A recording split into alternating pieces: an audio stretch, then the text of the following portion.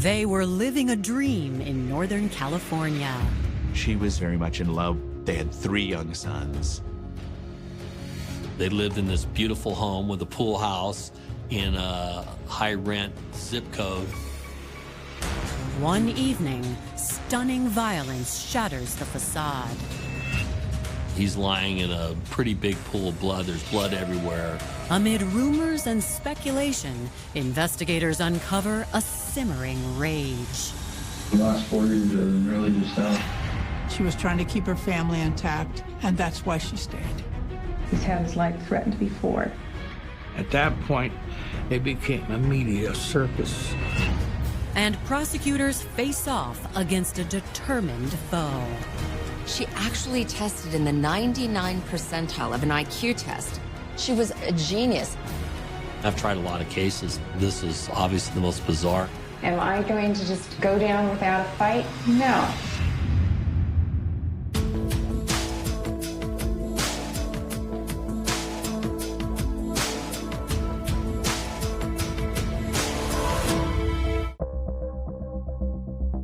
Minutes from downtown San Francisco lies the bedroom community of Orinda, California. Wealthy, luxurious, and rich are probably perfect descriptions. They're the black tie formal people. It's probably one of the most wealthiest communities in Contra Costa County. A little after 9 p.m. on October 14th, 2002, Contra Costa Dispatch gets an unusual call. 911, police are fire. My mom shot my dad. You think your mom shot your dad? Yeah. The caller identifies himself as Gabe Polk and his father as 70-year-old Felix Polk. Dispatch called me. They told me that they were dealing with a possible homicide. The person reporting the incident was the son. Said his dad appeared to be dead in the pool house. He said to the 911 operator that he went outside and hid behind some garbage cans and called 911. We believed that his mom was the responsible, and she was inside the house. First responders arrive at the sprawling home and find Gabe lurking outside. Gabe kind of stumbled out from the garbage cans. The first responders didn't really know what they were coming into. They were alarmed at first when he jumped out. He didn't display any great emotions when I arrived. He seemed fairly calm. He said he saw his dad in the pool house. There was a lot of blood. He thinks his mom shot him. An officer remains with Gabe in the driveway. As you step off the stairway, the house is to the left, the pool house is to the right. Deputy Hansen spots someone inside the main residence. I could look to my left and see a woman through the glass windows. And so I made the assumption that that must be the mom, the wife. I motioned for her to come. And I go, I'm with the sheriff's office. We're here to do a welfare check on your husband. I had her step out. I did have my sidearm out. When she came to the door and I realized she didn't pose an immediate threat, I immediately holstered my weapon.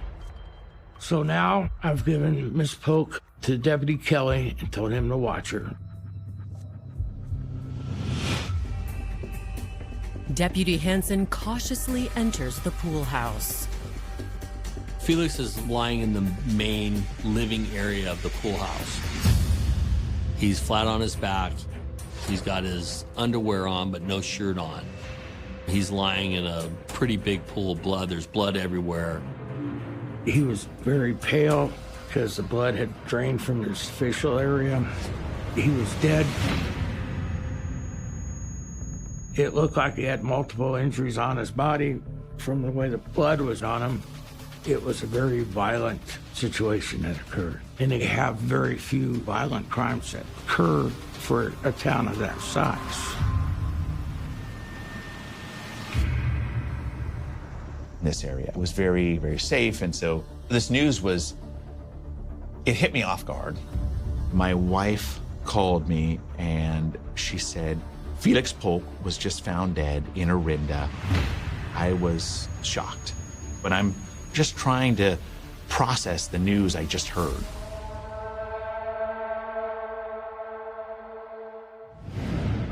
Born to a prominent Jewish family in Austria on June 30th, 1932, Felix Polk and his family survived one of the most dangerous eras in European history. Felix was born in Vienna, escaped Vienna, went to France upon the Nazi occupation, and then ultimately his family immigrated to New York, where he began his education. After college, Felix enlisted in the Navy, but his service was interrupted. When Felix was in the military, he was having depression issues, so he actually went to a psychotherapist. The treatment helped Felix and inspired a career path. He came out to Berkeley and got his PhD in the early 70s and started a practice in psychology. Everybody apparently looked up to him in his field. Dr. Polk was an attractive young man at the time. He was married and he had 2 children, a boy and a girl. They had some issues and that marriage ended in divorce. Following the divorce, Felix reconnected with an old friend, Susan Bowling. Susan was a woman who had once been his patient, and Felix Polk often befriended his patients. Susan kind of re-enters his life. Their romance really burgeons, even though the 25-year age difference. Born in 1957, Susan was a native of Northern California. Susan grew up with an older brother, and her parents divorced when she was about 5 or 6 years old. The divorce left Susan feeling lost. As she grew into a teenager, she took refuge in her schoolwork. Around 14 years old, she actually tested in the 99th percentile of an IQ test, basically rendering her a genius.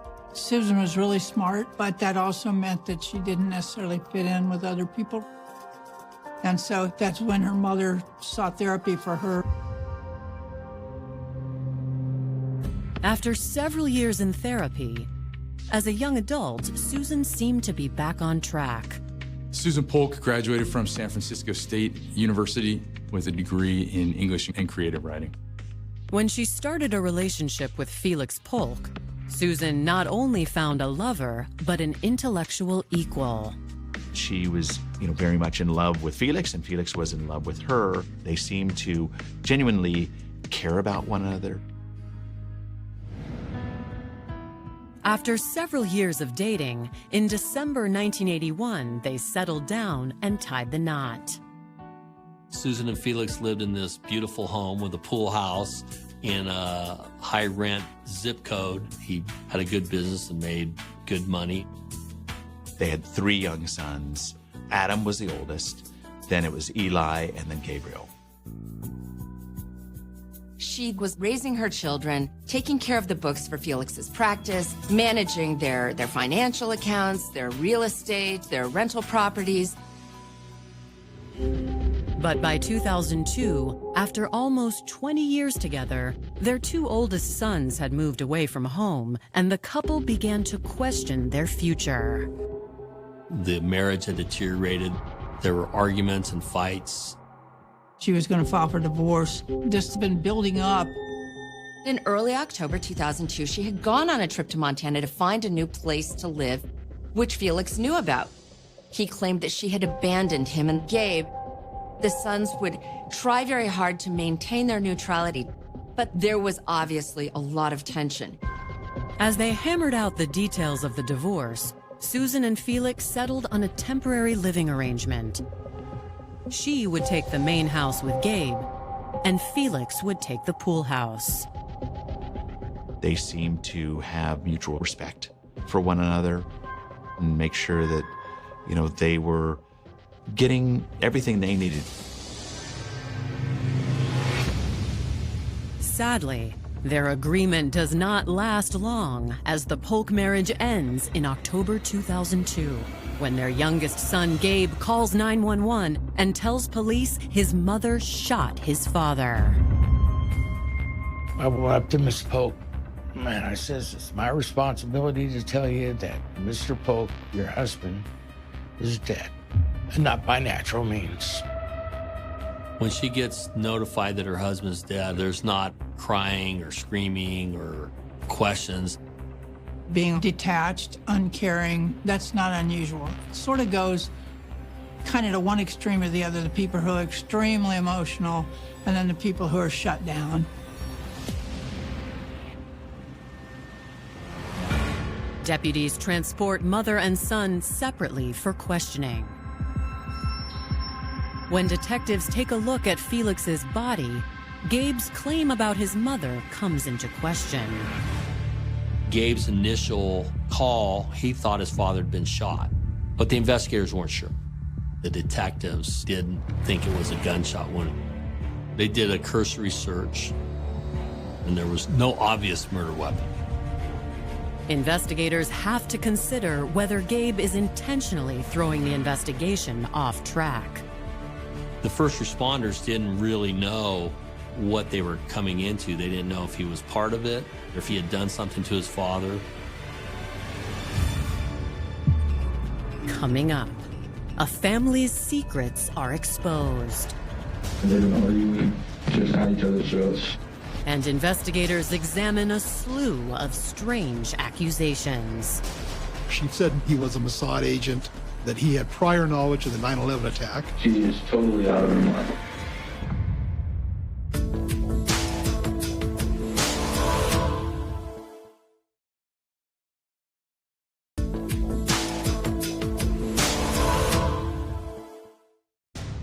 Around 9 p.m. on October 14th, 2002, 15-year-old Gabe Polk discovered the body of his father, Felix, in the pool house of their lavish home. Contra Costa investigators begin to question the young man's story. Gabe found Felix lying in the middle of the living area of the pool house. Gabe's first impression to 911 that his father had been shot. Gabe thought his mother was the killer, but at the scene, the detectives discerned that right away, that it wasn't a gunshot.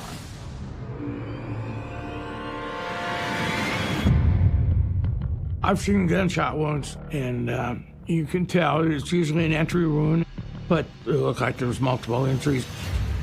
Investigators question if other aspects of Gabe's initial story could also be false. You have to really wait for the autopsy to be conducted to really know what killed him. Gabe and his mother, Susan, are taken to the station while investigators continue to survey the crime scene. There was no forced entry, and so whoever got in there was allowed to come in to the pool house. There wasn't a lot of furniture knocked over or things broken. What it did look like was he was in bed and had gotten out of bed. When investigators examine the blood evidence, they gain new insight. The blood, it wasn't pooling, it was flat and dried. So my assumption is that he'd been dead for a while. That's when we notified coroner's office the body's ready to be moved. I responded back to my office, and then that's when I started interviewing. Considering all scenarios, investigators begin with Gabe. He's saying, Mom killed my dad. They at least have in their mind, well, he's here, he discovered the body. We at least have to look into him and make sure he's not a suspect. They ask Gabe to walk them through the events that led up to his 911 call that evening. Gabe and his father were supposed to go to a baseball game in the afternoon. It was something that was planned ahead of time, and his dad didn't show up.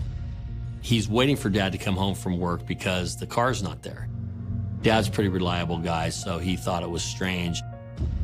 Gabe tells the detectives that he asked his mother where was his father, and she said, I have no idea. Gabe's father still hadn't returned home, so around 9 p.m., Gabe decided to check the pool house. It was dark at this point, and he, obviously been stood up for the game, so he was finally got curious and he went down to the pool house to look for him. When he entered, his father lay on the ground, so covered in his blood that Gabriel was convinced that his mother had shot him with a shotgun. So Gabriel went outside and he called 911. Investigators ask Gabe why he believes his mother would hurt his father. The last 4 years, I've been really just now. I didn't argue. Just had each other's throats. When I'm coming back from Montana, she actually called my dad and told him what she planned to do. She threatened to shoot him with a shotgun. His father had told Gabe that she had threatened to kill him with a shotgun because of their contentious relationship. Gabe was not equivocating or ambiguous. He was very direct about what he saw, what the background was, and his opinion of who the killer was. Gabe talked about how the marriage had deteriorated. His mother was saying increasingly delusional things about his father. Susan Polk was making comments that her husband was a Mossad agent, which is the Israeli secret police, that he had prior knowledge of the 9/11 attack. He had tried to poison her dogs at one point. She is totally out of her mind. She called a bunch of embassies and stuff and told them all that. And then she thinks people follow her. She thinks my dad pays people to follow her. Gabe kept coming to the conclusion that his mother must have done it because she had threatened him before.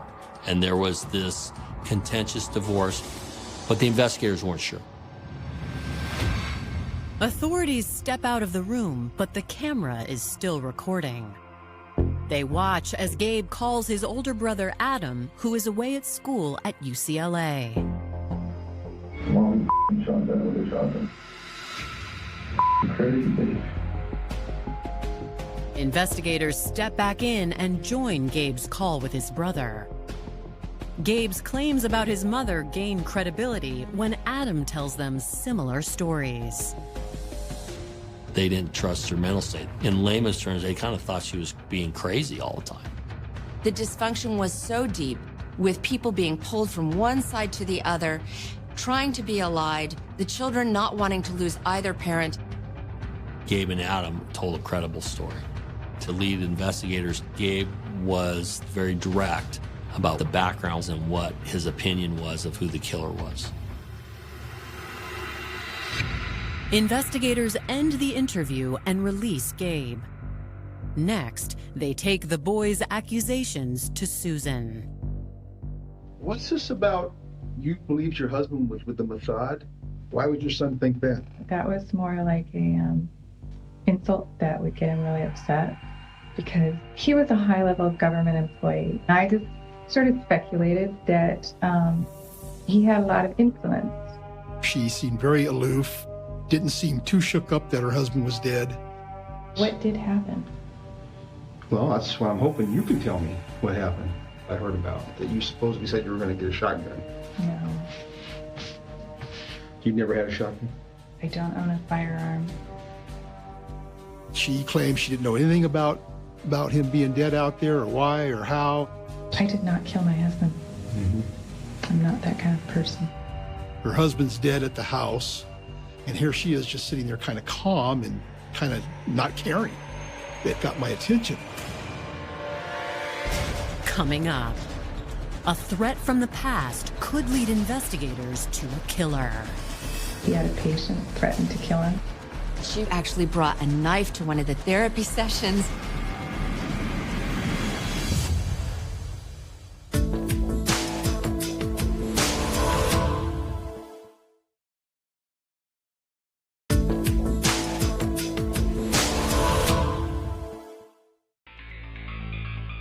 After Felix Polk is found dead in his lavish California estate, Susan Polk, his wife of nearly 20 years, is quick to deny any involvement. You don't know what happened to your husband? No. Okay. Something happened. Obviously, that's why we're all here. You've had ongoing marital problems for some time now, living in different places. Doesn't mean that I killed him. Investigators ask who else could be responsible. Was Felix seeing any other ladies that you know of? I don't know. No, I don't know. Was he into gambling? Did he have any gambling debts? I don't believe so. They leave no stone unturned. Did Gabriel kill him? Gabriel wouldn't kill his father. Don't think so? No, he loves his father. Susan suggests investigators look to her husband's professional life for answers. My husband did not lead an impeccable life. He's had his life threatened before. By who? Well, you know, I wish I could give you the name, but it was in his patient file that he had a patient threatened to kill him. Susan told him Felix had been threatened by his patients in the past. In fact, she said he had some female patient who actually brought a knife to one of the therapy sessions.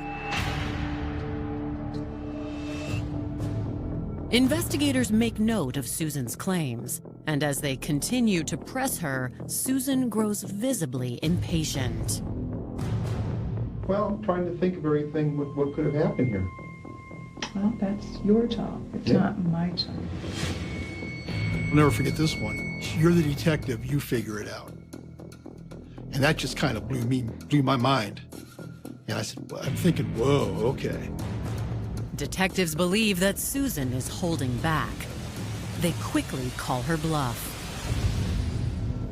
I would ask her things like, well, if this is a self-defense issue, we need to know. It's a technique that you can get the person to at least admit to being there. And then from there, you take it on to their involvement. Maybe there's some self-defense issues that here. I didn't kill him. She kept denying based on the coldness and aloofness of her during the interview. And all this information was coming out, I think, through Gabriel. I was very convinced that she was involved in this. And I said, well, I think I have figured it out. And I said, I'm going to have to place you under arrest for the homicide of your husband. She was then transported to the jail for booking.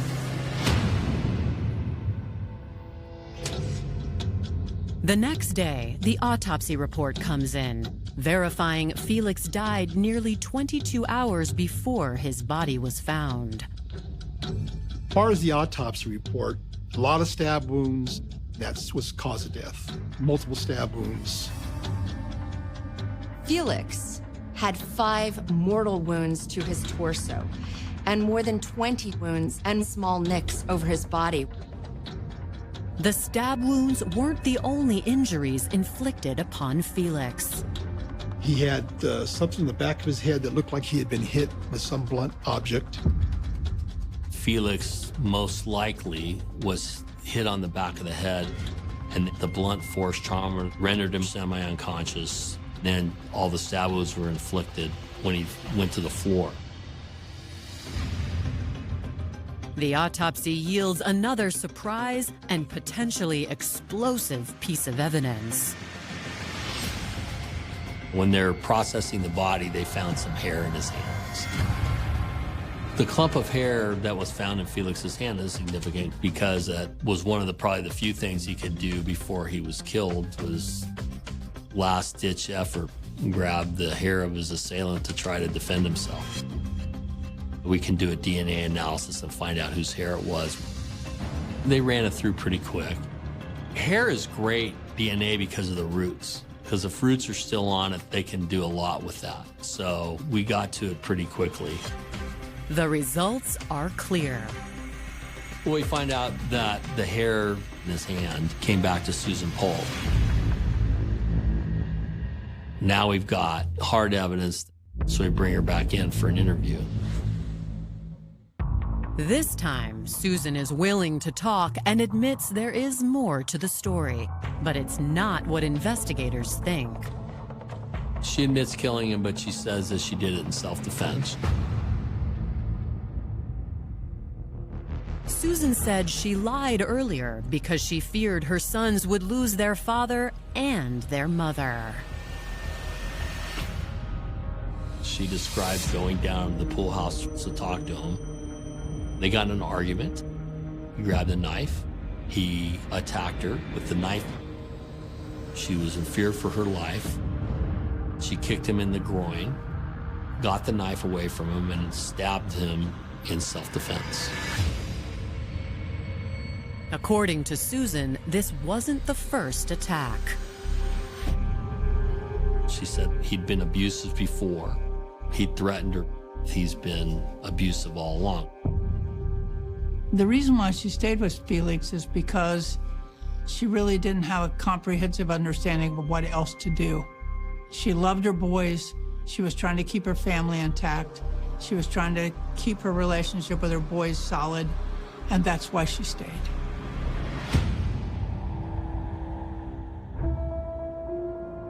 Susan says that 2 months earlier, she finally built up the courage to file for divorce.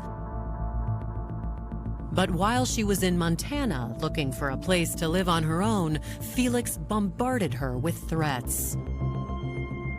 When you come home, I'm gonna do away with you.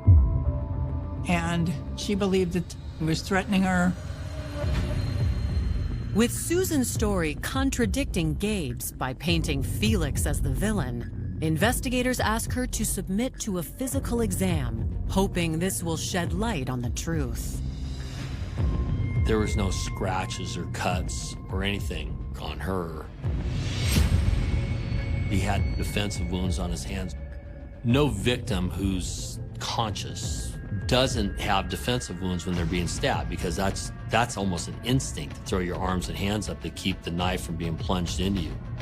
With an initial blow meant to immobilize and 27 stab wounds in all, investigators believe the attack on Felix was intended to kill. If you're trying to defend yourself, you don't inflict a number of wounds over and over. You inflict wounds until they're disabled. Investigators discern if it truly was self-defense, Susan would have called 911 immediately, rather than leaving Felix's body in the pool house for nearly 22 hours. If an ambulance had gotten there in time, he may have been saved. But she didn't call 911.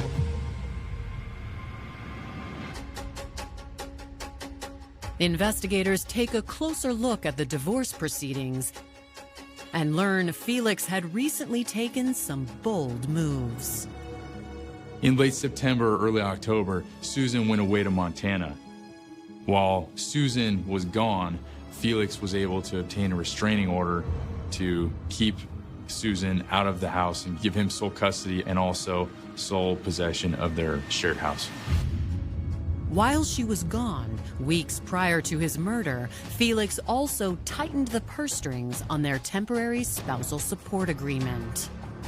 Felix managed to have her monthly payments reduced from $6,000 a month down to $1,700 a month.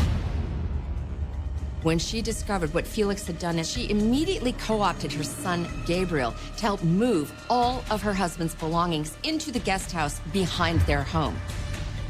3 days before the murder, Felix Polk had called the police. 911. Yeah, can I talk to somebody, please? It's about a domestic dispute, please. Okay, what's going on? I've been residing with my son, and my wife came in to kick me out of the house, and I'm not interested in being kicked out of the house. Was there a reason that she gave you? What? She was living away. She moved to Montana, and she came back, and while I was at work, she moved me out of the house. When police showed up, he presented the court order showing that a judge had given him sole possession of the house. They found a note from Susan saying that she did not feel it was a valid court order. She'd gone to the movies. And at that time, Felix also realized that Susan had changed the locks on the house. 3 days later, Gabriel found his father dead.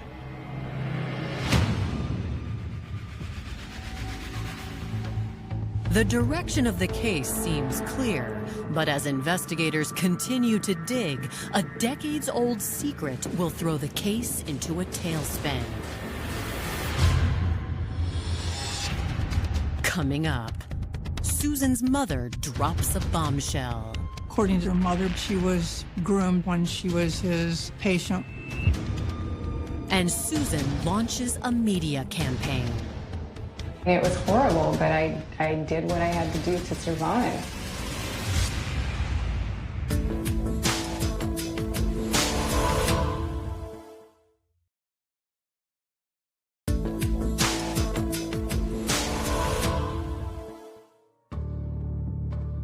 Following Susan Polk's arrest, Susan's mother approaches detectives with new information.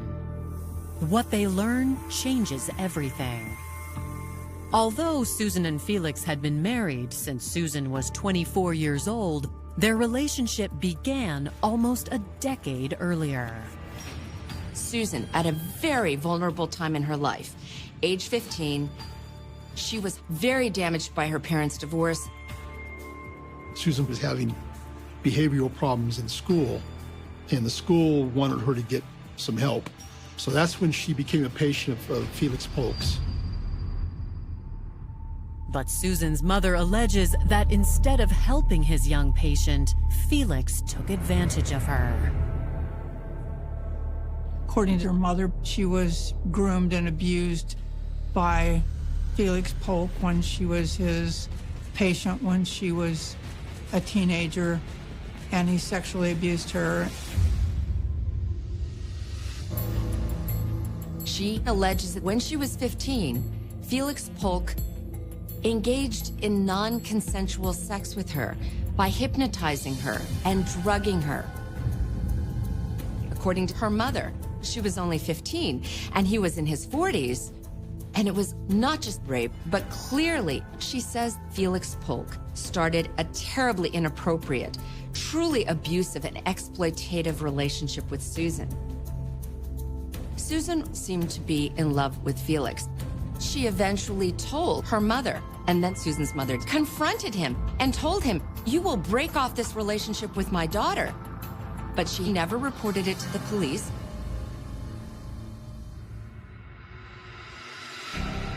Felix stayed away from Susan while she started college, but not for long.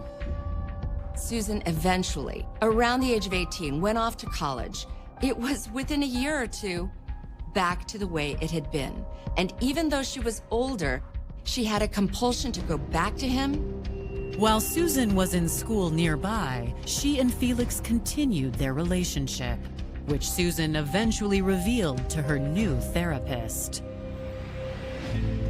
She went to a different female psychotherapist, telling that woman, her previous doctor, Dr. Felix Polk, had initiated a sexual relationship with her while she was underage and was his patient. The new doctor, instead of turning in Felix Polk to the APA, calls his wife and lets her know. The wife wants to divorce Felix. He decides the best way to handle this scandal head-on is to go ahead and divorce his wife and to marry Susan. They get married even though there's a 25-year difference, but then they go on to have 3 children and somewhat, in a way, look like, okay, this all worked out. The news is a shock to investigators, but they quickly realize they aren't the only ones getting the inside scoop. At the encouragement of her attorneys, Susan is telling her story far and wide. She started giving interviews. They were feeding the media all these stories about the relationship. They were having an affair when she was underage and his patient. Susan explained that he had sex with her in his office when she was an adolescent. It's kind of, front page news. The story is unfolding and finding out more and more. According to Susan, the way their relationship began haunted the entirety of their marriage. As I grew older, I was ashamed. Susan and her attorneys allege that over time, the circumstances surrounding her relationship with Felix took a toll on her mental health. And he told me I could never leave him, that it would destroy his career. Those last 5 years, Susan's mental capacity really began to decompensate. Susan says instead of offering help, Felix once again took advantage of her. According to Susan, Felix was turning the children against her, constantly telling the children that she was very mentally ill, kind of gaslighting Susan. In case she tells you that I raped her when she was 15, know that that's all made up.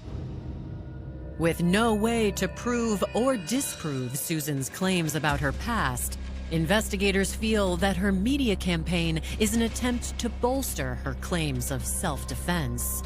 My recollection is that I stabbed him 5 or 6 times.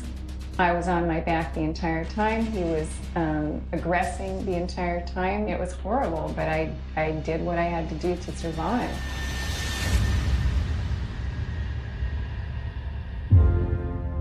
Whether or not the general public buys Susan's story, she garners plenty of attention.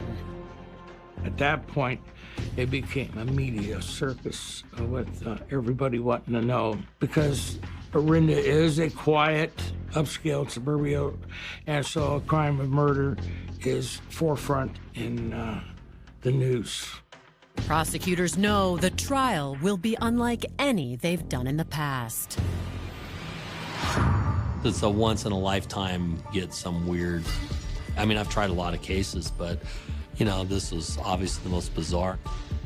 Prosecutors learn that Susan and her defense team are putting a worrisome strategy in place. She had a good lawyer. They got a judge to make an order that she was incompetent and meet with psychological experts to determine her competency. But on January 13th, 2006, attorneys on both sides get a surprise when Susan makes an announcement. She was never willing to submit to any sort of psychological assessment to determine what, if any, psychological issues she may have had. Susan refused to let her attorneys put that defense on the table, firing them all. She refused to cooperate with the psychological examination, fired her lawyers, and then represented herself. So was she crazy, or did she know exactly what she was doing? Am I going to just go down without a fight? No. Coming up, will Susan's risky move pay off? She's smarter than even most attorneys are. Or cost her freedom? The courtroom's packed every day. The press is there. It became the theater of the absurd.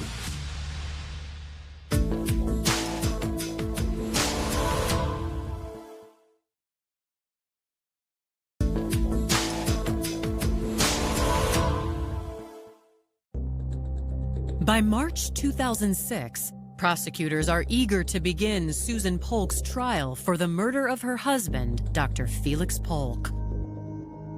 Months before, Susan sent shockwaves through Contra Costa County when she announced she would act as her own counsel. That's what has captivated the public, was that she was representing herself. The courtroom's packed every day. The press is there. People are standing on the sides.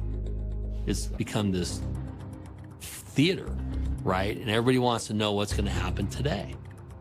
Susan's opening statement gives prosecutors reason for concern. She's obviously a very smart person, smarter than even most attorneys are. Prosecutors allege that during the contentious divorce, Susan hit a breaking point and snapped. The marriage was disintegrating. She'd become so bitter and angry, she was capable of killing her husband. She felt like she was entitled, that after all he'd done to her and all he was going to do to her, and she just had it. I think she sat there and her mind was spinning and went, okay, it's time. I'm gonna go kill him. Prosecutors assert that Susan roused her husband from sleep and met him at the door with a weapon in hand. Our theory was that she hit him possibly with a flashlight to disable him. The blunt force trauma to the back of the head either rendered him unconscious or semi-unconscious, and then stabbed him, and he had no ability to defend himself. We found Felix's car at the nearby bar station, and our theory was that Susan drove this car to make it look like there was something else involved with this killing. When it comes to Susan's defense, she starts by making her way through the prosecution's witness list without missing a beat. There were periods in the trial where some of her questioning was as good as I've ever heard. from any lawyer. I mean, some of her cross-examination was really, really good. But as the trial goes on, cracks begin to form in Susan's strategy. It became kind of the theater of the absurd. She accused him of everything from being a Mossad agent to being involved in 9/11. I mean, there's a lot of crazy accusations. Again, all unverifiable, just her throwing out stuff in her mind, what she thinks in her mind. It does make it harder to believe that if the person's saying something that seems delusional here, they're telling the truth over here. There are 3 witnesses set to take the stand who steal the spotlight from Susan. Gabriel, who at age 15 discovered his father's body, and Adam, who at 19 was away at college. These 2 young men went into the court ready to give the testimony of what they knew. It was almost like a train wreck. They are basically being badgered by their own mother. It became a 3-ring circus when she finally called her middle child, Eli, to the stand as her defense witness. Eli backs up his mother's claims. He insisted that she was abused, that she was innocent, that everything had been Felix's fault. And that was never proven. There was never any evidence that he ever beat Susan Polk. So I was able to punch a lot of holes in a lot of the things he said. When I cross-examined him, she objected 140 times. But by then I was getting immune to all her yelling, so I just kept going. After a grueling 22-week trial, the jury is left to decide. When the jury went out, I don't know. I mean, it's like when any jury goes out, you're scared to death. 4 days later, they return with a verdict. Susan Polk is found guilty of second-degree murder. The jury, by finding her guilty of second-degree murder instead of first-degree murder, basically gave her a gift. 16 years to life. I think with the information that the jury had, they couldn't have made any other decision. Following the verdict, Adam Polk makes a statement. Felix Polk was a beloved father, brother, uncle, cousin, and nephew to his family. We, as his family, are devastated not only by his loss, but the violent manner in which he was taken from us. He was not the controlling and manipulative individual that he was portrayed to be. He was an imperfect person, as we all are. But Susan had no right to take him from us.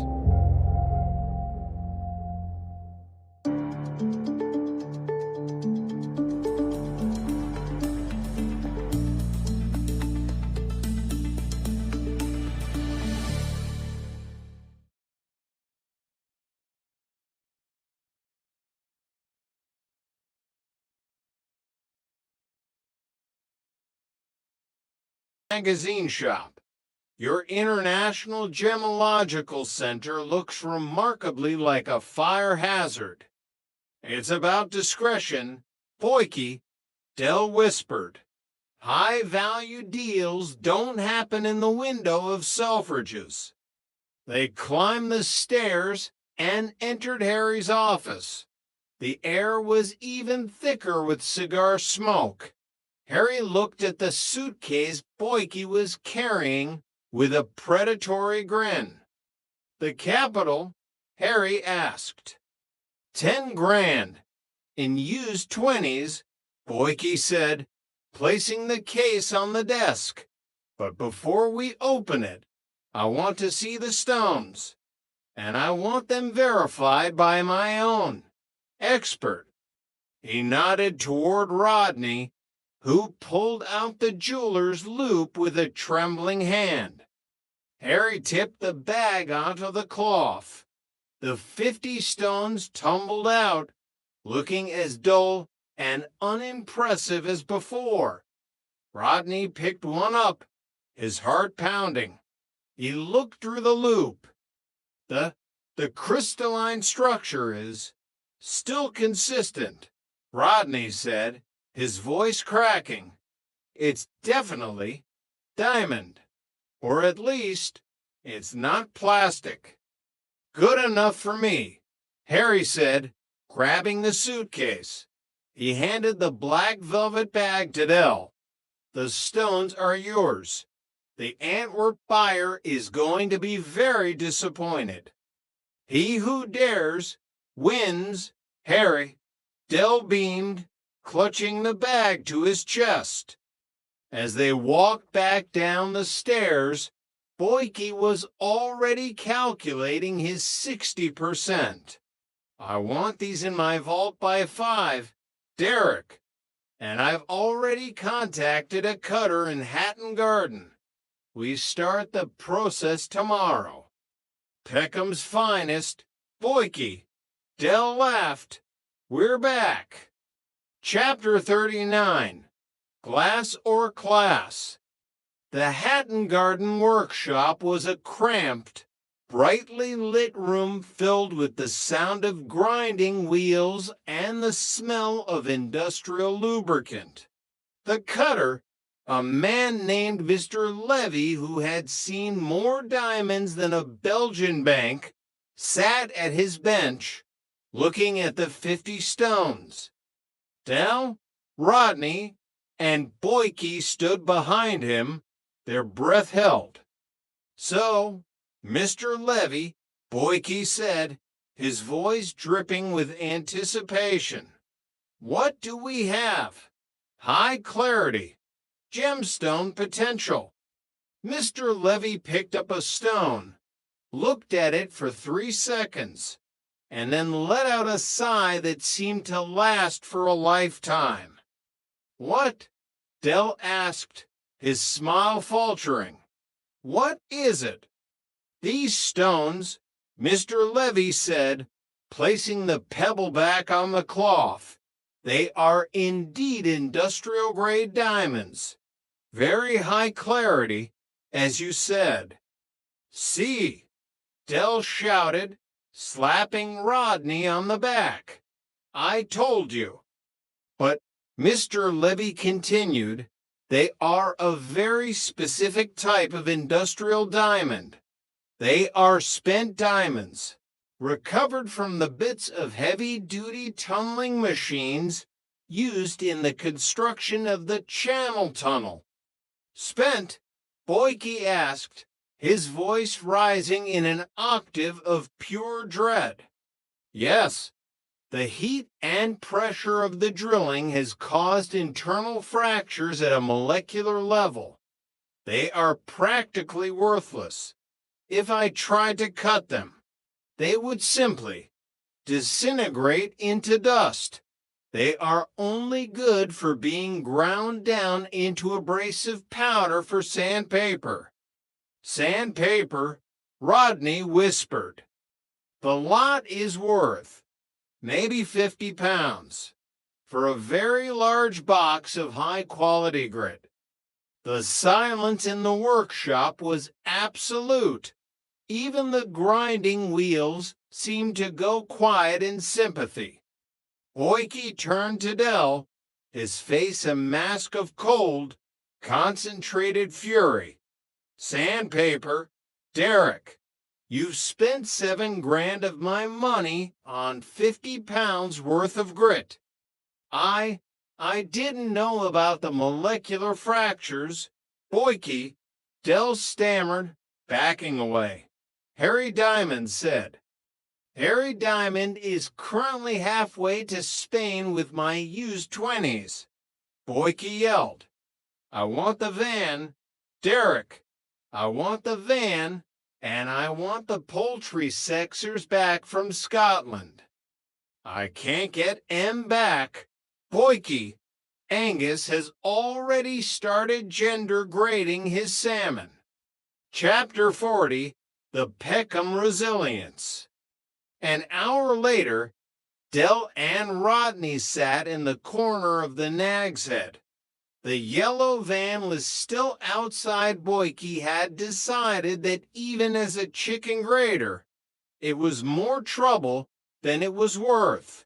He had settled for those contingency fund and a promise of 80% of all future profits until the debt was cleared. Sandpaper, Dell, Rodney said, staring into his beer, were the only businessmen in history who could buy 50 grand worth of diamonds and end up with a box of grit. Dell sat there, looking at the black velvet bag. He reached in and pulled out a handful of the dull, gray stones. "It's not grit, Rodney," Dell said. His voice regained some of its old, gravelly charm. It's high-performance abrasive material. Think about it. Every workshop in London needs sandpaper.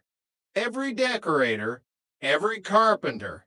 They're all screaming for quality grit. Rodney looked at him, his mouth agape. "Dell, you're not planning to sell sandpaper, are you?" "Schroeder's Professional Abrasives," Dell said, his eyes beginning to sparkle again. "We market it as diamond-infused surface refiner. We charge triple the price. It's the latest trend in interior design." He stood up, smoothing his waistcoat. "Sid, a round for my friends. On Rodney's tab." "Dell," Rodney yelled, "I haven't got a tab. I'm the managing director of a sandpaper company."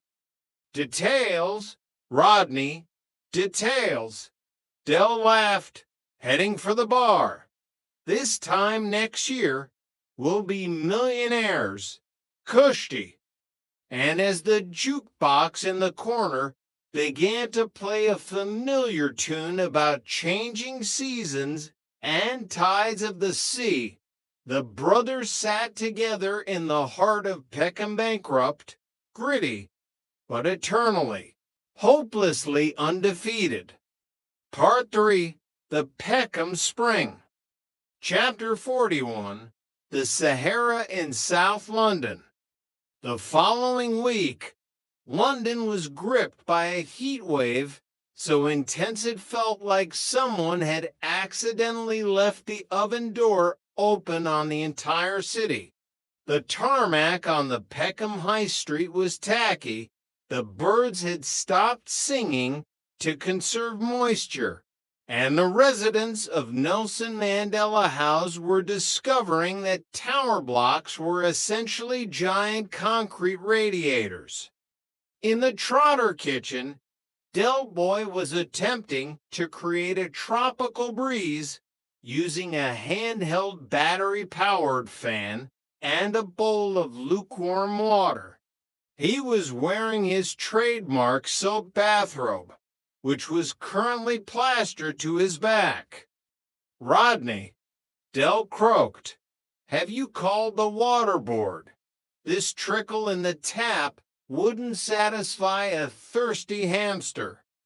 Rodney appeared in the doorway, looking remarkably like a wilted celery stick. "They're not interested, Del.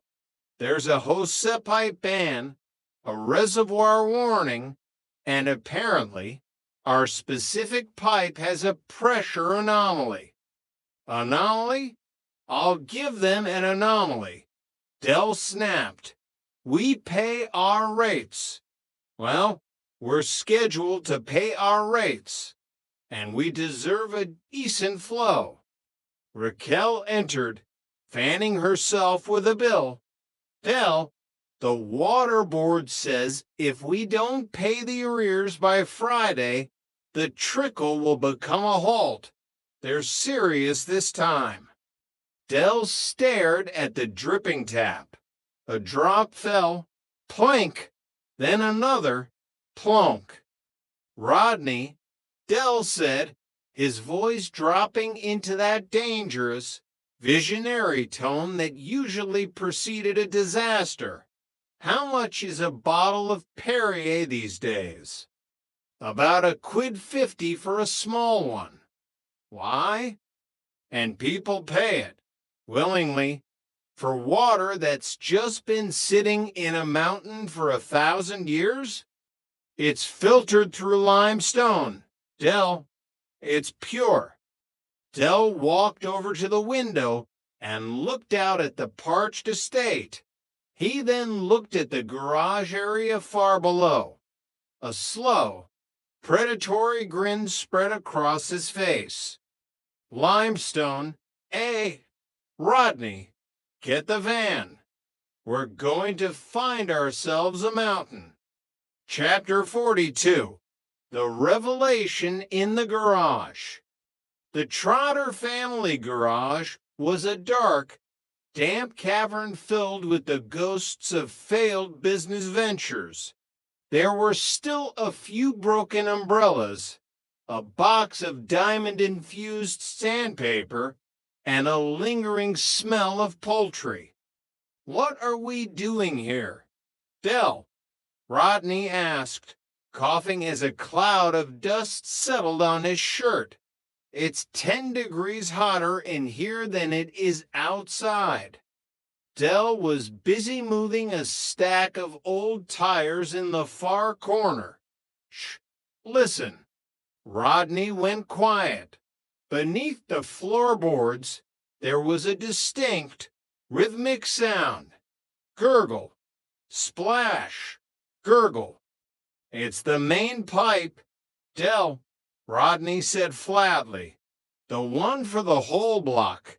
It runs right under here. No, Rodney, Del said, pointing at a small patch of dampness on the concrete floor where a clear liquid was bubbling up through a crack. That is not a pipe. That is a natural spring, a miracle of geology, right here in the heart of Peckham. It's a leak. Del, the council has been trying to find it for 3 months. Think about it, Rodney. This water has been filtered through the finest Victorian brickwork and the rich, mineral-laden soil of South London. It's probably got more vitamins in it than a bowl of muesli. Del dipped his finger into the puddle and tasted it. He grimaced for a split second, a hint of rust and something suspiciously like washing up liquid before his face transformed into a mask of pure marketing genius. Exquisite, refreshing. It's got a bouquet, a certain jhene says koi. It's got a certain cholera. Del, Rodney shouted. Nonsense. It's a gold mine. We bottle it, we label it, and we sell it to the thirsty masses. We'll call it the Peckham Spring. Chapter 43, The Bottling Plant. For the next 48 hours, the garage was transformed into a high-speed production facility.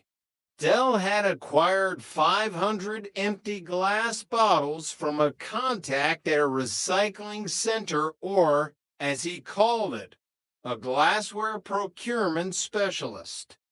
Rodney was tasked with the purification process. This involved running the water through an old coffee filter and a pair of Raquel's discarded tights. Del, this is highly illegal, Rodney whispered, nervously looking out the garage door for any sign of a council inspector. We're selling tap water well, leak water as mineral water. It's environmentally reclaimed water, Rodney, Del corrected, as he slapped labels onto the bottles. The labels featured a picture of a mountain range which looked suspiciously like the Swiss Alps and the words, Peckham Spring, naturally filtered by time. Where did you get the mountains from? Del, it's a metaphor, Rodney. It represents the height of quality we're aiming for. Now, keep filtering. We've got a delivery to make to the Nag's Head by lunch. Dell picked up a finished bottle and held it to the light. There were a few specks of grit at the bottom, which he quickly shook until they disappeared into the cloudy depths. See that? That's the Mother Earth sediment. People love that. It proves it's authentic. Chapter 44, The Marketing Blitz. The Nag's Head was packed with people who looked like they were ready to trade their firstborn children for a cold drink. The pub's ice machine had broken down, and Sid was serving beer that was the temperature of hot soup. Dell burst through the doors, carrying 2 crates of Peckham Spring. Don't panic, everyone. The savior of Peckham has arrived, Dell shouted, his voice cutting through the humid air. Trigger looked up from his spot. All right, Dell, what you got there? Gin. Better than gin. Trig, it's the Peckham Spring, the water of life, bottled at the source, untouched by human hands. Mostly. Sid leaned over the bar, skeptical. Water? Dell, I've got water in the tap. Ah, but do you have this water? Sid. Dell opened a bottle with a flourish and handed it to a sweating businessman at a nearby table. Taste that, sir. Tell me it doesn't transport you to a mountain meadow. The man took a long swig. He blinked. It's remarkably cold. That's because it's been stored in a subterranean vault. Dell lied it had been in the back of the van with a bag of frozen peas. To quit a bottle. Special introductory offer for the local community. Within 10 minutes, the first crate was gone. At £2 a bottle, Dell had made 40 pounds in pure profit, or rather, pure theft.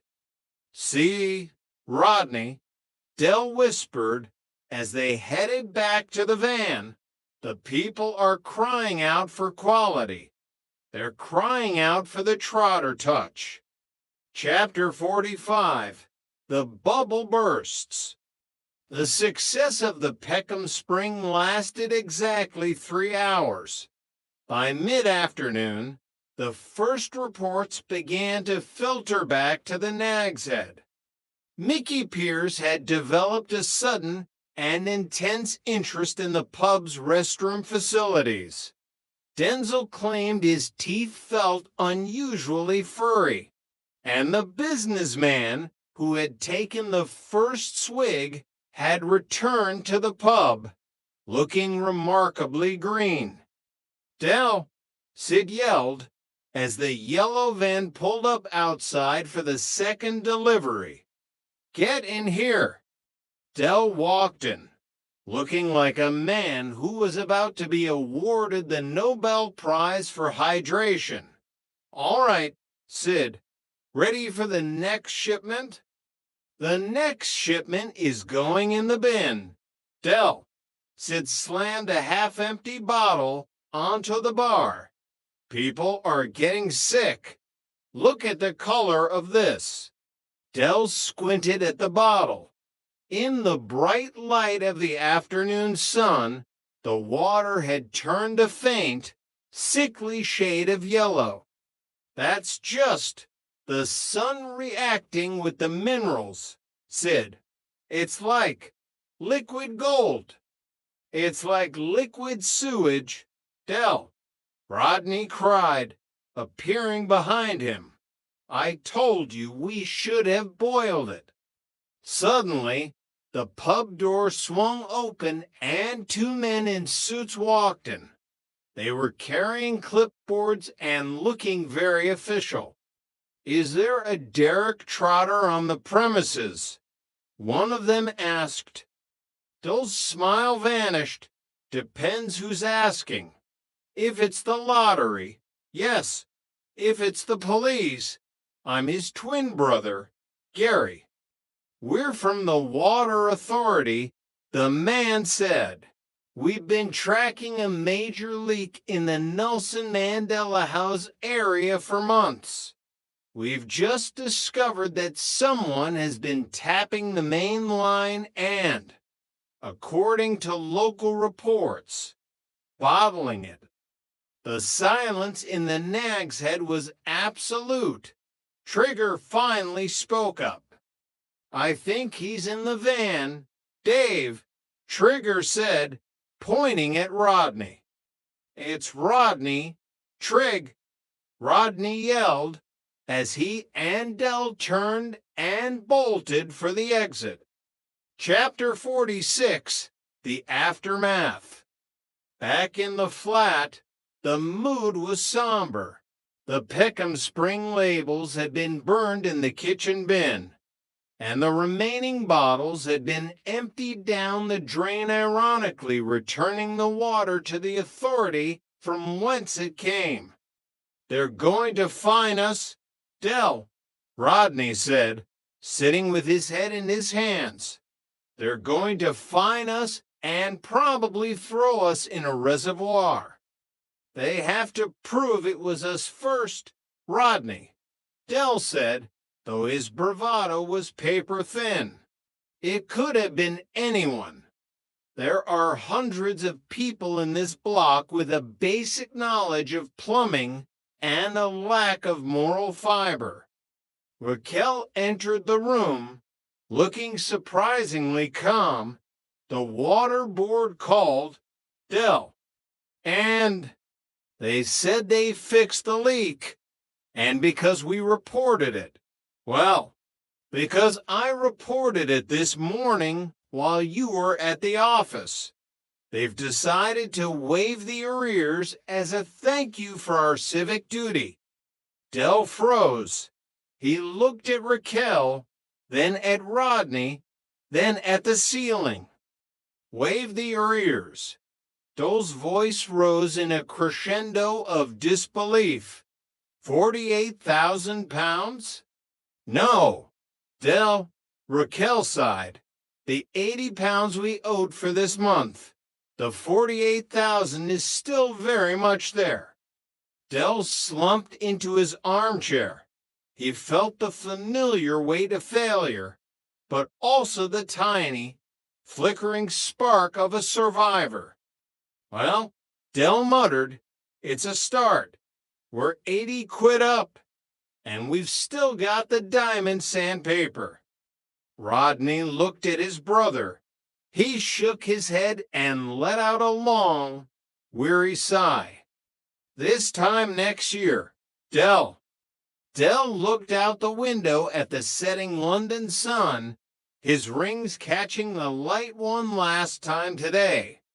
"No, Rodney, this time next month. I've got a feeling about those vintage fire extinguishers I saw in the paper. Mange tout, Rodney. Mange tout. Part for The Blazing Phoenix. Chapter 47, The Fire Sale. The vintage fire extinguishers were not, as it turned out, classic brass pieces from a 1920s fire engine. They were, instead, 50 bright red cylinders that looked as if they had spent the last decade in a very damp cellar. Dell had acquired them from a man known as Shifty Arthur, a character whose moral compass was so skewed it probably pointed toward the nearest pawn shop. "Arthur, these look used," Dell said, wiping a layer of grime off a cylinder. "They're not used, Dell boy. They're pre-tested," Arthur insisted. "It's a safety feature. You wouldn't want a fire extinguisher that hasn't been tried out. Would you? Dell weighed one in his hand. It felt remarkably light. Arthur, this feels like it's empty. That's because it's high-tech carbon dioxide. Dell, it's lighter than air. It's the latest in aerospace firefighting technology. Used on the space shuttle, these were. Those eyes lit up at the word space. The space shuttle? Really? Swear on my mother's life. Well, her second cousin's life. He worked at the airport. Anyway, 20 quid each. Take the lot and I'll throw in a box of emergency whistles. Dell looked at Rodney, who was currently reading a book on modern management techniques while leaning against the van. Rodney, come over here and help the managing director with the logistics. We're entering the safety industry. The safety industry? Rodney groaned. Dell, the last time we entered an industry, we almost ended up in a reservoir. This is different. Rodney, this is about protecting life and limb. We're going to be the guardians of Peckham. Chapter 48, The Safety Inspection. The plan was simple. According to Delboy, they would visit local businesses, offer a free safety audit, and then point out the glaring lack of space shuttle-grade fire extinguishers. Their first stop was Mario's Pizza, a small, grease-stained establishment that smelled of burnt dough and desperation. Mario, my old friend, Dell beamed, walking in with a cylinder tucked under his arm. How's the pizza business? Mario, a man who looked like he hadn't slept since the invention of the pepperoni, wiped his hands on a filthy apron. It's a slow. Dell, the oven, she's a-dying. That's exactly what I'm here about. Mario, the oven. It's a fire hazard. Look at those sparks. Dell pointed at a perfectly normal-looking heating element. Hazard? I've had this oven for 20 years. Exactly. It's a ticking time bomb. Rodney, show him the audit. Rodney reluctantly pulled out a clipboard. Item 1, flammable surfaces. Everything. Item 2, proximity to heat. Also everything. Conclusion, you need immediate intervention. Dell slammed the fire extinguisher onto the counter, introducing the Trotter Space 5000 CO2 technology, Mario, used by astronauts to put out fires in zero gravity. You want that for your kitchen. How much? For you. A mere 50 quid. Think of it as an insurance policy for your livelihood. Mario looked at the extinguisher, then at his oven. He handed Dell a 50-pound note. Okay, Dell, but if she doesn't work, I'm a-putting the pizza on your head. Deal? Lovely jubbly. Chapter 49, The Managing Director's Dilemma. By mid-afternoon, they had sold 10 extinguishers. Dell was in high spirits, but Rodney was becoming increasingly worried about the high-tech CO2 being lighter than air. Dell, Rodney said, as they sat in the van, I've been thinking, if CO2 is lighter than air, wouldn't it just float away before it hit the fire? That's the beauty of it, Rodney. It creates a cloud of safety. It smothers the flames from above. It's scientific. And Arthur said these were from the space shuttle. The space shuttle was built in America. Why are these labels written in Dutch? Del squinted at a label. Brand Blusser. That's brand new in Dutch. Rodney, it proves they're imports. Quality European engineering. I don't know. Del, I've got a bad feeling. I think we should test one. Test one and lose 50 quid profit. Are you mad? We're the Trotters. We trust our products. Suddenly, Rodney's phone rang. It was Cassandra. Rodney, where are you?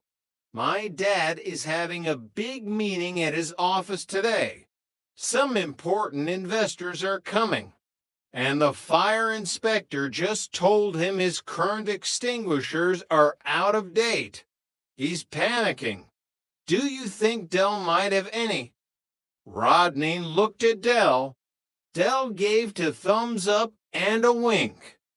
Yeah. Cass, we might have exactly what he needs. Space shuttle grade. We'll be there in 10 minutes. Chapter 50, The Demonstration. Cassandra's father, Alan, was a man who appreciated efficiency and high-level business deals. He was standing in his boardroom, surrounded by 3 men in very expensive suits, when the Trotter brothers burst in. Alan, don't you worry. The safety experts are here, Del shouted, gesturing to Rodney. Rodney, distribute the Trotter space units. Rodney placed 4 red cylinders around the room. Impressive, one of the investors said, adjusted his glasses. What's the extinguishing agent? Halon.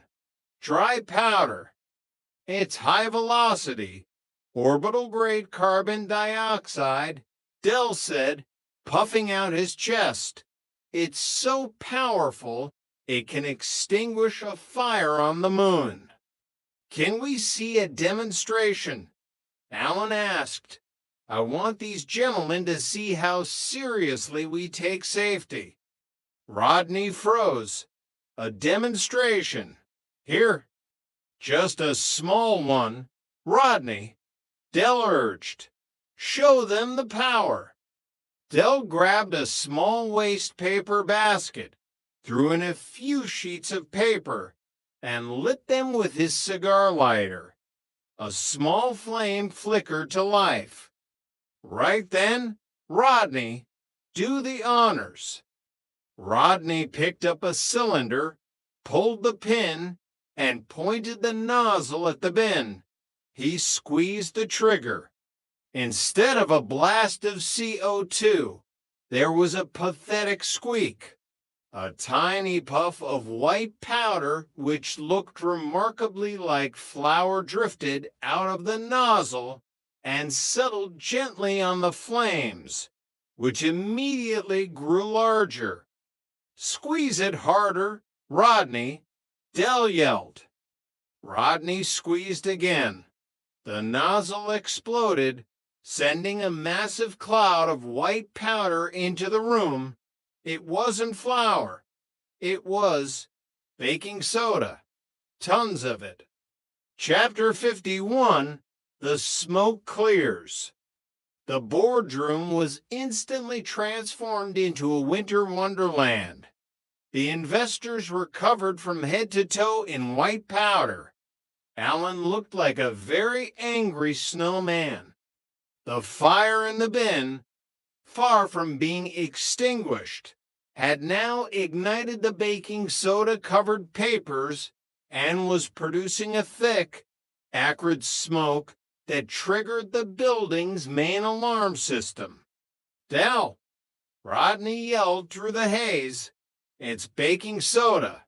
Arthur filled them with baking soda and a bit of compressed air. It's an environmentally friendly alternative. Rodney, Dell shouted while trying to fan the smoke away with his camel hair coat.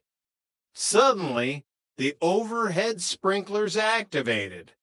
The white powder turned into a thick, sticky paste that coated everything: the expensive mahogany table, the investors' silk suits, and Alan's pride.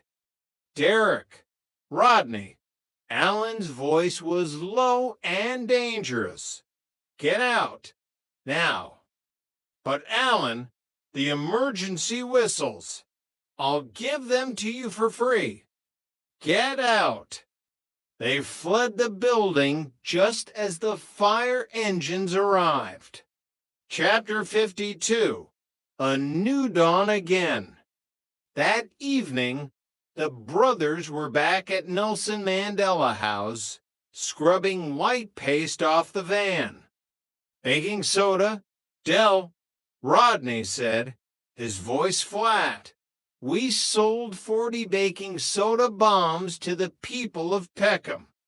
Look on the bright side, Rodney, Dell said, trying to find a silver lining in a sky made of lead.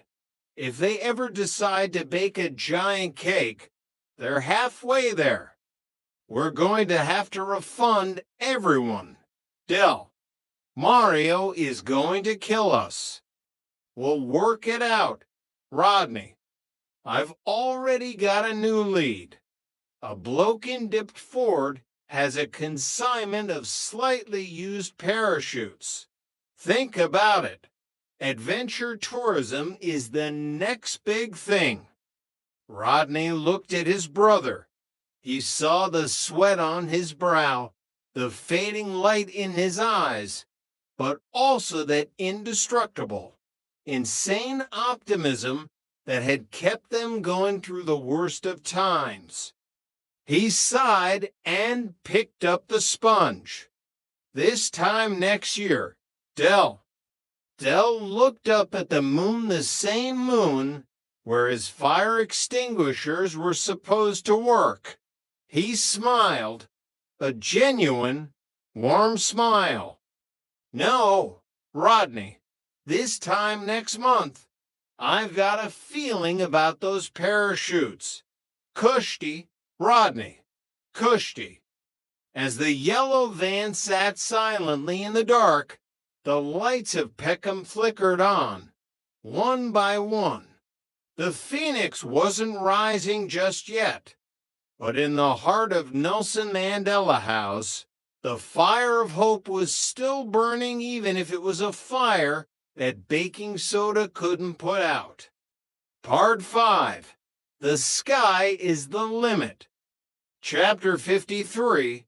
The Dipped Ford Depot. Dipped Ford at 4 in the morning felt like a scene from a Cold War spy novel, if the spies were poorly dressed and smelled of jellied eels. Dell and Rodney stood outside a rusted corrugated iron warehouse that looked like it was being held together by cobwebs and prayer. Dell, why are we here in the middle of the night? Rodney hissed, his breath misting in the freezing air. And more importantly, why are we meeting a man who calls himself Desperate Dan? Because Desperate Dan has desperate prices, Rodney. Dell whispered back, scanning the shadows. He's a procurement specialist for the Ministry of, well, a ministry. He's got 50 genuine, slightly used parachutes. High-altitude stuff. A door groaned open, revealing a man who looked like he'd been living inside a chimney. Dan gestured them inside. The warehouse was filled with giant bundles of olive green silk. There they are, Dan rasped. Ex-paratrooper stock. Still got the smell of the clouds on M. Dell walked over and rubbed the fabric between his fingers. Silk, Rodney, Real silk. You could make 1,000 ball gowns out of this, or we could use them for their intended purpose, Rodney suggested. No, Rodney, think bigger. Adventure tourism. Trotter's high-altitude Peckham experience. We charge people to jump off the balcony of Nelson Mandela House with these. Del, we live on the 12th floor. That's not a parachute jump. That's an insurance claim. Details, Rodney. We'll market them as personal deceleration devices for high-rise living, in case the lift breaks, which it always does. Del handed Dan a bundle of notes, 20 quid each. Dan, throw in the harnesses and we've got a deal. Chapter 54. Gravity is a state of mind. Back at the flat, the living room was invisible. 50 parachutes, once unpacked, had a tendency to expand like an angry green sponge. Del, we can't even get to the kitchen, Raquel shouted, trying to wade through a sea of silk. What are these? It's the future of urban mobility, Raquel, Del said, emerging from a bundle like a silk-clad mole. Rodney and I are launching a new branch of the company, Skytrotter International. We're solving the problem of tower block evacuation. You're going to kill someone, Derek, Raquel said, her voice flat. Nonsense. These are British engineering at its finest. Rodney, get the adventure brochures ready. We're targeting the thrill seekers of the Nag's Head. Rodney looked at the harness in his hand. It looked remarkably like it had been chewed by a large, bored dog. Del, I've been reading the tags. These aren't for paratroopers. They're cargo parachutes for dropping crates of tinned peaches into war zones. Even better, Del beamed. If they can carry a crate of peaches, they can carry a man from Peckham. They're heavy duty, but they don't have the pull cord thingy. They're static line chutes. You have to be attached to a plane. Del paused. He looked at the balcony. He looked at the silk. We'll improvise, Rodney. We'll attach him to the railings. It'll be like a giant bungee jump, but with more style. Chapter 55. The Al Fresco Ambition. The urban evacuation plan hit a snag when the council informed Del that throwing people off balconies was discouraged under the terms of his lease. Undeterred, Del shifted his focus to the leisure and hospitality sector. Rodney, what is the one thing missing from the Peckham dining scene? Sanitation? No. Atmosphere. Specifically, high-end alfresco atmosphere. We're going to use the parachutes to create a luxury canopy on the roof of the block. We'll call it the Cloud9 Cafe. The roof, Del, it's December. People's soup will turn into ice before it hits their mouths. Not with the Trotter thermal system, Del said, pointing to a stack of industrial space heaters he'd acquired from the back of a truck in Lewisham. We'll create a microclimate. It'll be like dining in a heated greenhouse in the sky. Del spent the afternoon on the roof, dragging bundles of silk and heaters. He'd invited Boyke, Marlene, and all the regulars for a soft opening that evening. It's about the optics. Rodney, if Boyke sees us running a successful rooftop venue, he'll be begging to invest. Chapter 56, The Guest List.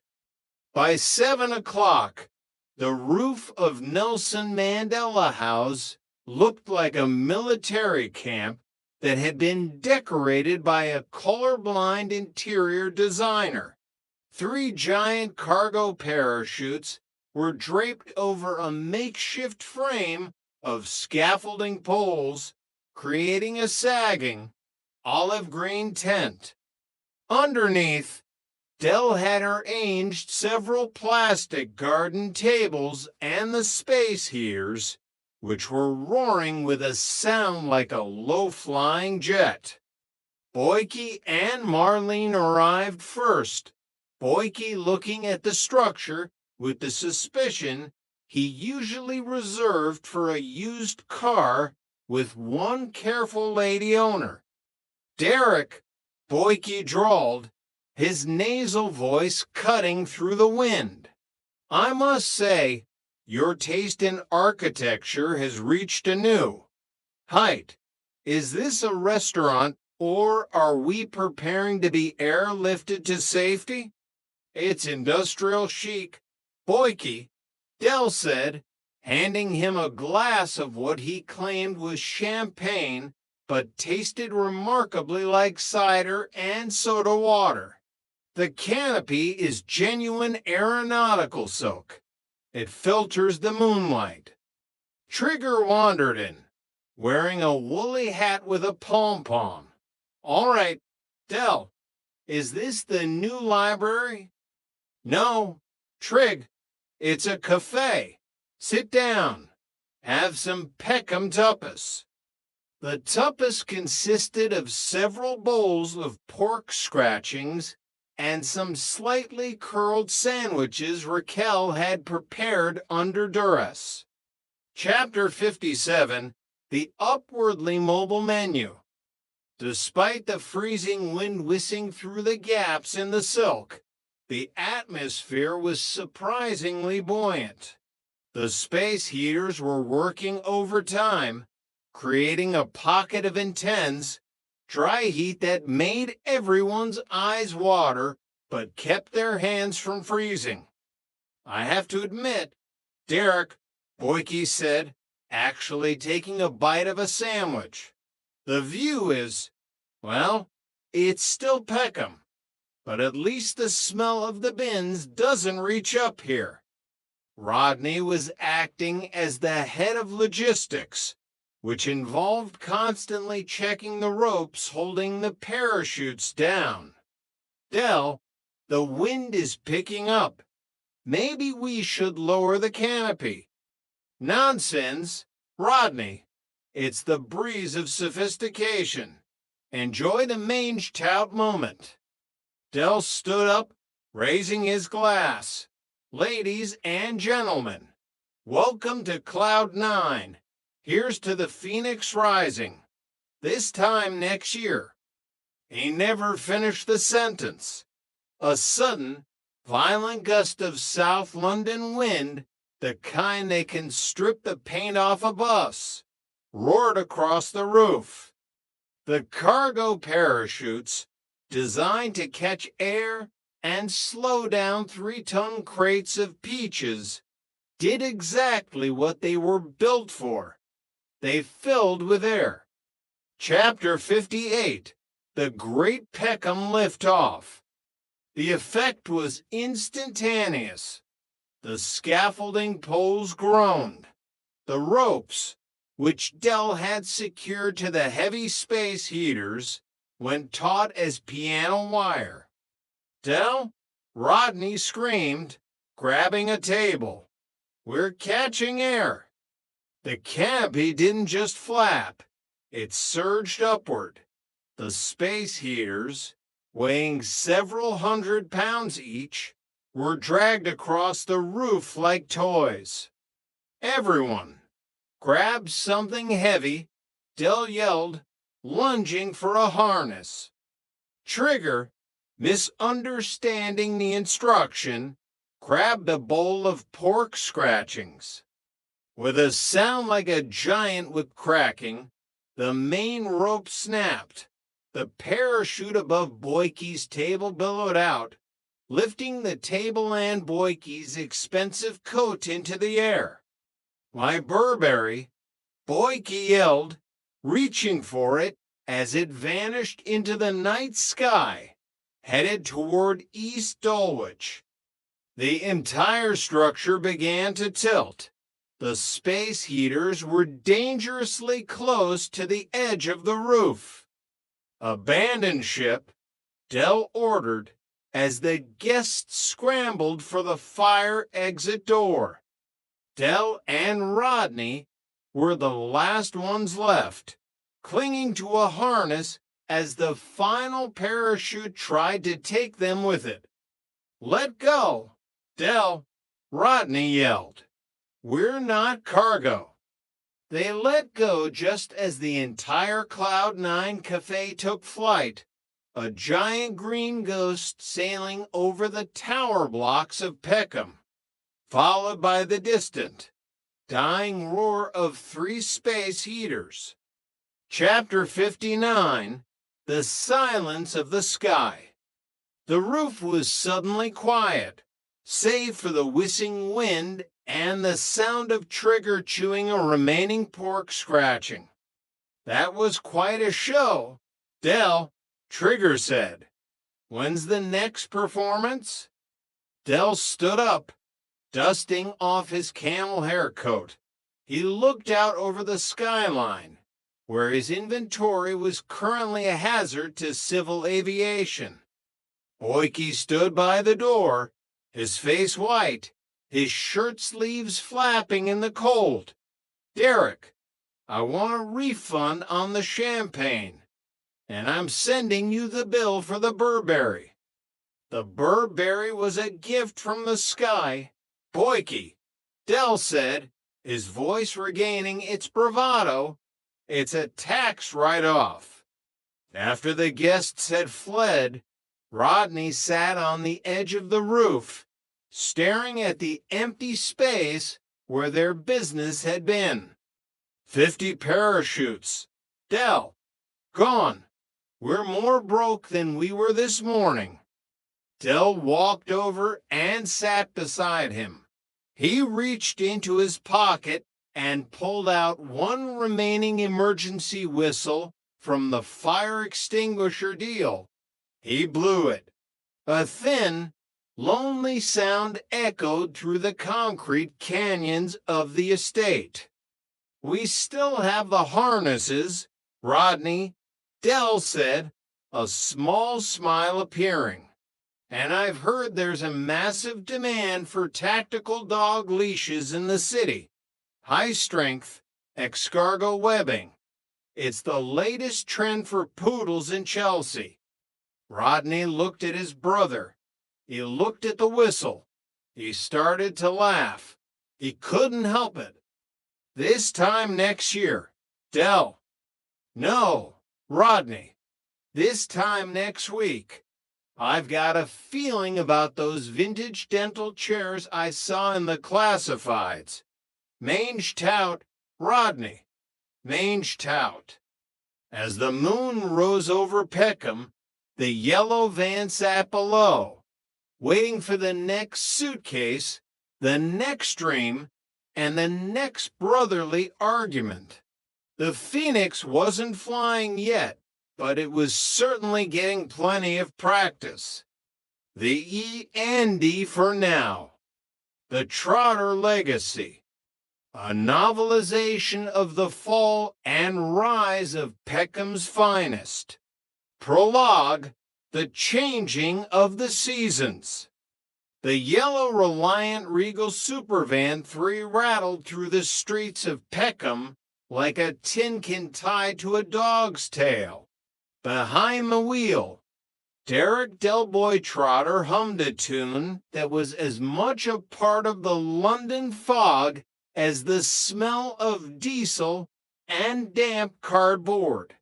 The van groaned at every corner, its fiberglass body vibrating with the effort of staying together, much like those various business schemes. "I'll fetch the suitcase from the van," he muttered to himself, the lyrics of his life playing out in his mind. "'Cause if you are the bestest, but you don't ask questions, then brother, I'm your man." It was a philosophy that had served him well mostly. It was the philosophy of the survivor, the man who knew that where the hooky gear came from didn't matter as much as where it was going. To Del, life was an endless cycle, much like the changing of the seasons or the tides of the sea. One moment you were eating caviar in a penthouse, and the next you were back in the Nag's Head wondering if you could put a pint on the slate. But lately, the seasons had been particularly cruel. He glanced at his younger brother, Rodney, who sat in the passenger seat looking like a man who had just been told his library card had been revoked. Rodney was nervous.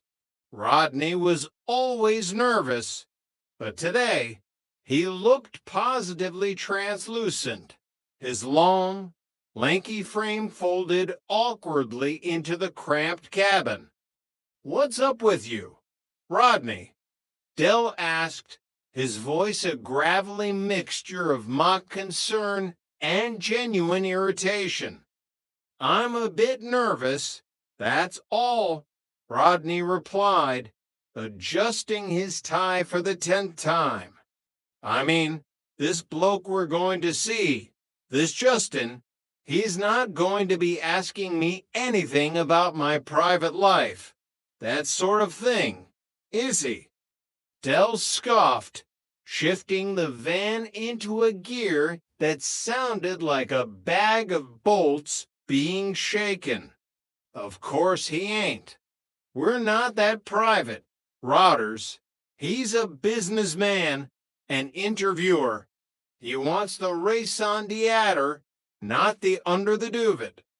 He's not going to want to know about, you know, me and Cassandra's little problems." Dole's eyes twinkled with a mischievous, albeit dangerous, light. "No, no, good, 'cause otherwise I would. What problems? Me and Cassandra haven't got any problems." Rodney stared ahead.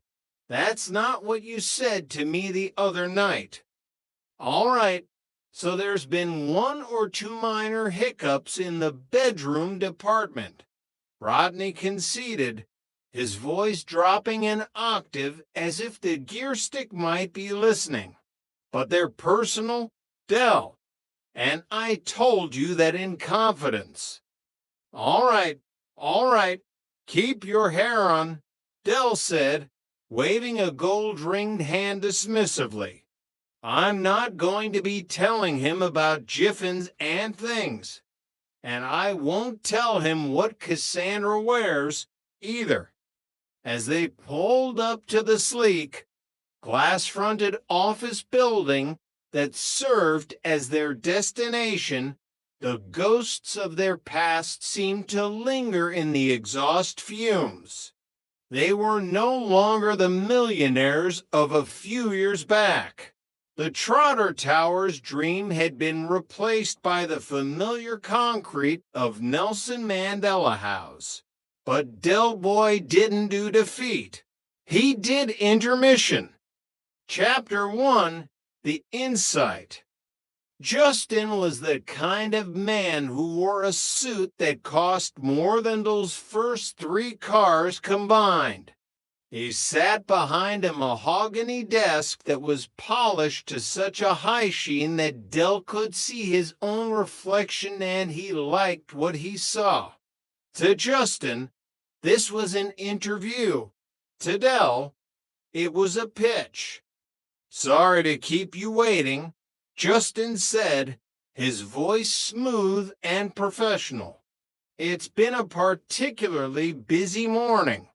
Now, I've got all the basic details about your business career, etc. But what I'd like to do is to get an insight into the real you. Dell leaned back, his camel hair coat draped over the chair like the skin of a conquered beast. He crossed his legs, revealing a flash of white sock that screamed Peckham Executive. He adjusted his gold D pendant, making sure the light caught it just right. How you started, how you became so successful, Justin continued, leaning forward. But more importantly, your lives and your reece on theater. Rodney winced at the French. Dell, however, bloomed. Oh, no. Laboratory Garney, Dell whispered, his version of liberté, egalite, fraternate mangled beyond recognition, but delivered with the confidence of a king. So, in your own words and in your own time. Dell took a deep breath, the smell of his own cigar smoke clinging to his coat providing a familiar comfort. Well, where shall I start? Justin. Well, up to a few years ago, we were just very ordinary people living, well, very ordinary lives. Weren't we, Rodney? Weren't we? Rodney gave a stiff, mechanical nod. And then Dole's eyes went misty. As you know, one day I discovered an historic and almost priceless artifact. A watch. Not just any watch, mind you. A Harrison. The holy grail of horology. He paused for dramatic effect. Justin nodded, encouraging him.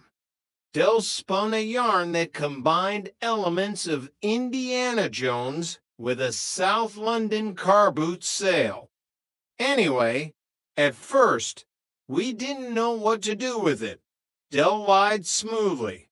In reality, they had nearly tripped over themselves trying to figure out how many zeros were on the end of the valuation. To begin with, we thought about donating it to the British Museum as a national treasure. Rodney cleared his throat. Yeah, and then we decided to flog it. Dell shot him a look. So, before you know, Rodders and me have come in on an eye on 6.5 million quid. 6.5 million, Justin, in the hand. Not a penny of it hooky. The room seemed to grow quiet as the memory of that wealth washed over them.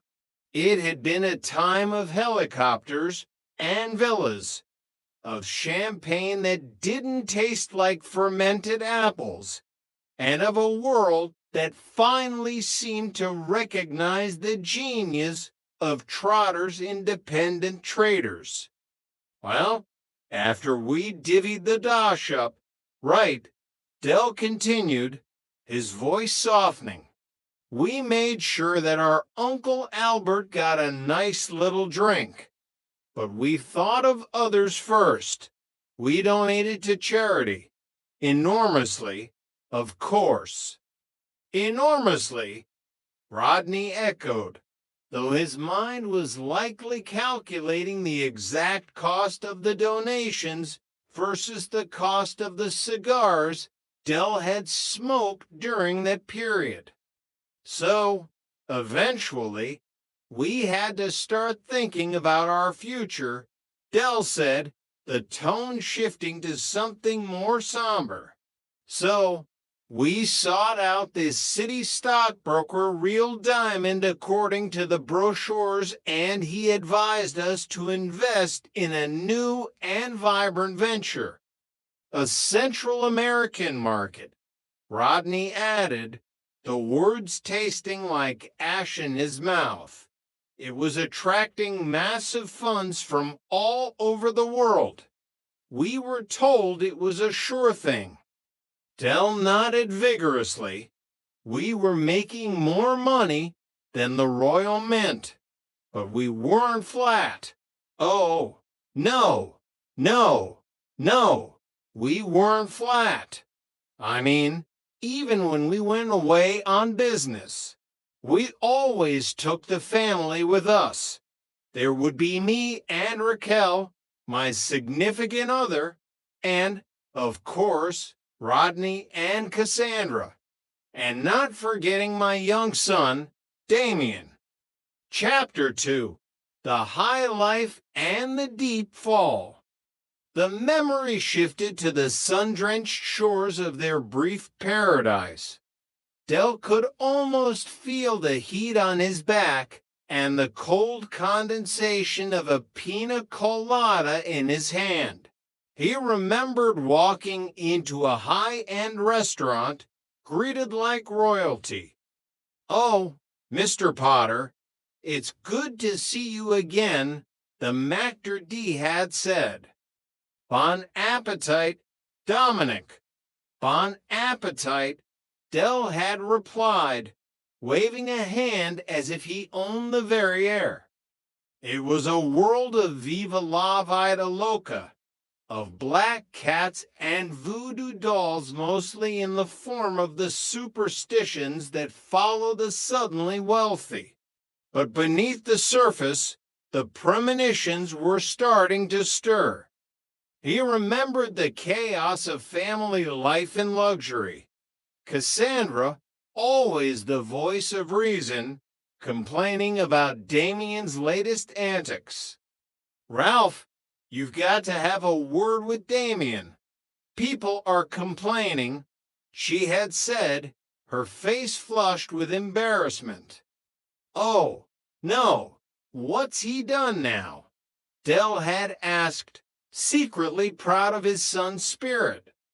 "He's just weed in the swimming pool." Del had laughed it off then. All little boys do enjoy a splash in the swimming pool, don't they? "Yes, Del," Cassandra had replied through gritted teeth, "but not from the top of the 4-meter diving board." He was a little git, as Rodney often said, but he was a trotter, and for a while it felt like the trotter name was written in the stars. They talked about Uncle Albert, who was enjoying his retirement on the coast, living in sin with Elsie Partridge. Old Uncle Albert, he'd love it here, Rodney had mused during a quiet evening by the ocean, right next door to the sea, just like the war. "Yeah," Del had agreed. "At least we haven't got to sit through the Battle of the Baltic every night, during the war, But then the tide turned, not with a roar, but with the quiet tap of a keyboard. The stock market crash was like a wave that swept away their sandcastles. It turned out that negotiations between the Central American countries had collapsed. Del explained to Justin, the pain evident in his eyes. "Yeah, it was wiped out. Every penny. Nicked the lot." The transition from Mr. Potter to that bloke who owes us for the minibar had been instantaneous. They had paid for the hotel on a credit card that was withdrawn before the ink on the receipt was dry. But Derek is, if nothing else, a very creative businessman, Rodney told the interviewer, a hint of genuine respect breaking through his usual cynicism. He came up with a solution to our dilemma. Up there, Dell had shouted, pointing to a flight path that would lead them back to the reality of Peckham. The news hit the UK faster than a rumor in the Nag's Head.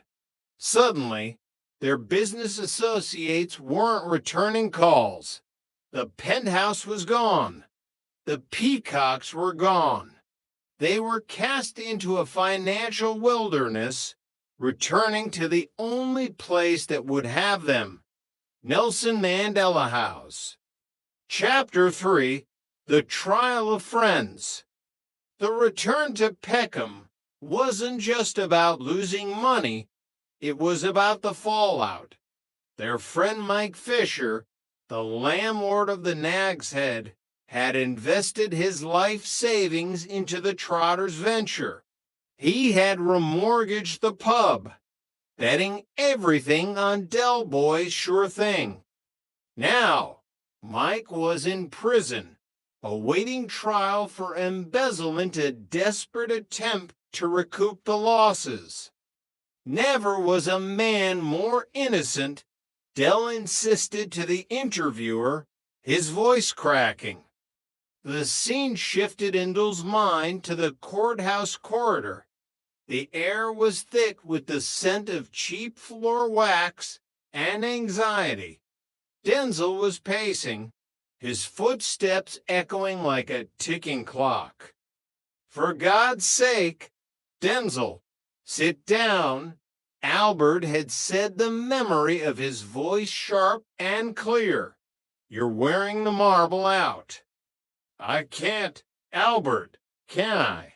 Denzel had replied, I've never been a character witness before. I'm worried. I think Del's made a terrible mistake, having us as witnesses. It's like inviting the Manson family to dinner. Trigger, ever the enigma, had looked up from a crumpled newspaper. I'm going to tell them I hear voices. No, Trig, Rodney had sighed. You're not on trial. You're a character witness. I know, Trigger had said simply, but I hear voices. It had been a disaster. The Trotters lost their homes. Del's estate with the peacocks became a dream that was auctioned off to pay the interest on the interest. Every day there was more rows, more bad news. Del told Justin, we thought things couldn't possibly get worse. Oh, boy, how wrong we were. Chapter 4, The Empty Chair. The blow that hurt the most wasn't financial. It was the call from Elsie Partridge's son, Uncle Albert, the man who had survived torpedoes, shipwrecks, and Del's cooking, had finally reached his final port. The funeral was a blur of black coats and the biting cold of a London winter. Del felt a profound sense of guilt. They had been off globetrotting while Albert had been in a rest home, his wartime stories falling on the ears of strangers. I feel bad, you know, Del whispered to Rodney as they stood by the hearse, leaving him here on his own while we was all off in Barbados. He wasn't on his own. Del, Rodney tried to comfort him. He had Elsie's family. But the funeral itself turned into a classic Trotter farce. They stood among the mourners, listening to tales of a man named Bunny who was a hero in the RAF. Why did you call him Bunny? Del asked a grieving relative. Well, that's what they called him in the RAF, didn't they? Because his surname was Warren. Del froze. He looked at the coffin. He looked at the headstone. He looked at the mourning family who were definitely not the Warrens he knew. "Ooh," Dell whispered, his face turning the color of his beige coat. "We're at the wrong funeral." They had spent an hour mourning a complete stranger. It was the kind of moment that would have made Albert roar with laughter, or perhaps start a story about the time he buried a Commodore in the wrong hemisphere during the war. Chapter 5: The Gold Rush. Back in the present, the weight of the inland revenue hung over them like a guillotine. 48,750 for pounds. That was the magic number, plus interest. It was a figure that seemed designed to keep them in the concrete canyons of Peckham forever. "So, what are we going to do, then, Dad?" Damien asked, his young face mirroring his father's stubbornness. "I suppose you could always look for a job," Raquel suggested gently. "Trigger said they're recruiting down at his depot. Road sweeping." The thought of Rodney the man with Tajisi East bushing a broom was too much for Dell. "I'm a trader, ain't I?" Dell declared, his eyes catching the light of the flickering television. "I've been trading all my life.